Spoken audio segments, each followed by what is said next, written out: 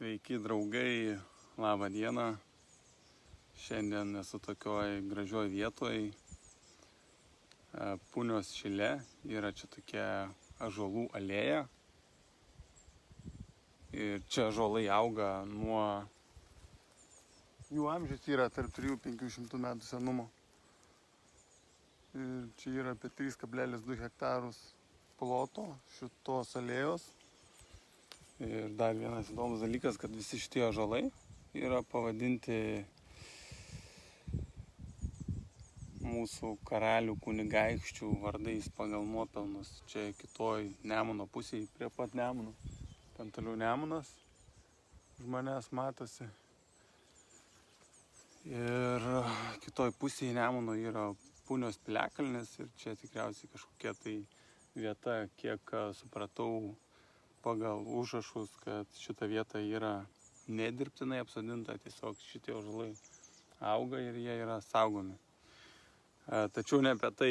Aš šiandien noriu pakalbėti, tiesiog duoti kelias naujienas, kas dedasi su žygiu Camino Litano be šiukšlių.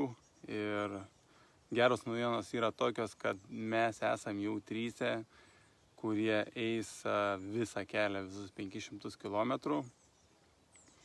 Tai čia yra geros naujienos, jungiasi dar daugiau partnerių, kurie prisideda prie sklaidos. Kiti žingsniai bus, kad komunikuosim su savivaldybėm, nes turim tokią situaciją, kad bet kokiu atveju mes visų šiukšlių rinkti negalėsim, tiesiog eisim taku ir pririnkę šiukšlių maišus, jeigu bus galimybė, juos mesim į konteinerius, o jeigu nebus galimybės, paliksim prie kelio. Tai čia ir ateina tas momentas, kai mums reikalinga pagalba iš savivaldybių, kad jie tiesiog surinktų. Tai tas šiukšlės, kurias mes surinksim, tai šitas yra kitas žingsnis, kontaktuoti su savivaldybėm. Aišku, yra dar kitų dalykų, apie kuriuos noriu pasakyti. Naujas dalykas, kuris dabar yra vystomas, tai online žygiai. Online žygis tai reiškia visą šitą periodą, kai mes eisim Camino Litano taku, bus daromi online žygiai. Tai reiškia, kad bet kas nori, bet kurioje Lietuvos vietoje tą pačią dieną galės prisijungti Facebook grupę, padaryti mankštą kartu su mumis ir startuoti žygį. Jeigu jis norės, galės tiesiog eiti, nes pagrindinė idėja yra vis tiek apie judėjimą, apie sveikatą per judėjimą. Ir dar jeigu mes tvarkom savo aplinką, tai iš esmės tvarkom save taip pat. Apie tai, aišku, neįsiplėsiu per daug, bet esmė online žygiai. Jeigu kažkas norės, galės dalyvauti mankštuose ir dalyvauti online žygiuose. Tai reiškia, kad kiekvieną dieną žygiuoti su idėja palaikyti mumis, arba galbūt net atsiras norinčių išeiti ir susitvarkyti savo kiemą, savo aplinką, savo parką ar kažką.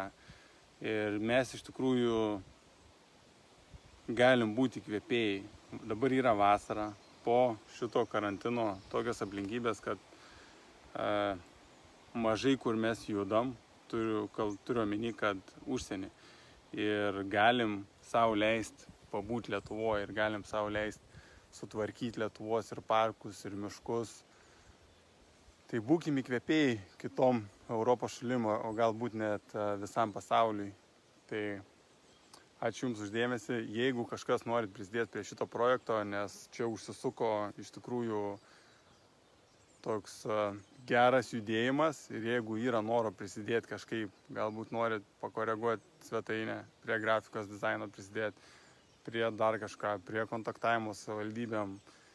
Jeigu jaučiat, kad galit kažkom prisidėti, turit tokiuose dalykuose patirties, tiesiog rašykit man. Aš dabar savaitę laiką būsiu kariniai stovyklai, tai greičiausiai galėsiu atrašyti tik tai ankstų rytą arba vėlai vakare.